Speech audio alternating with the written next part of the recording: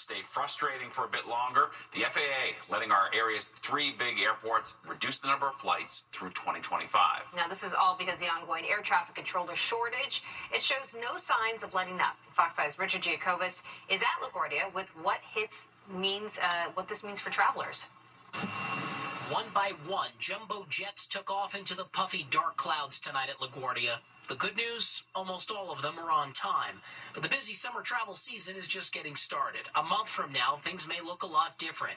The FAA saying this week it will allow major airlines to cut the number of flights they operate out of New York City airports by 10% for the second straight summer.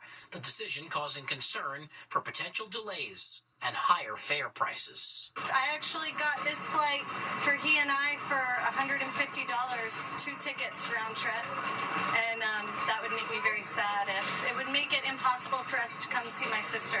The FAA extended the measure through October of 2025 to address what it calls high demands and staffing shortfalls. Specifically, there are not enough air traffic controllers to deal with the normal volume of flights. I'm frankly more worried about this from a passenger standpoint based on, I just don't want there to be not enough staff in these control towers. The Points Guy managing editor Clint Henderson says despite concerns over delays and higher fare prices, travelers should not worry. In fact, Henderson says airlines are using larger aircrafts to fit more passengers, and fares have leveled off. I will say prices have stabilized, so we're not seeing the huge spikes that we did in 2021, 2022. It's time consuming enough as it is, having to travel to the airport, through the airport and back.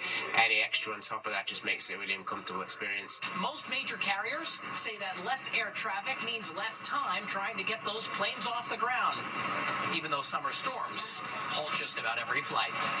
We're at LaGuardia Airport. Richard Giacobas, Fox 5 News. The issues we're going to face this summer. Yeah, all right.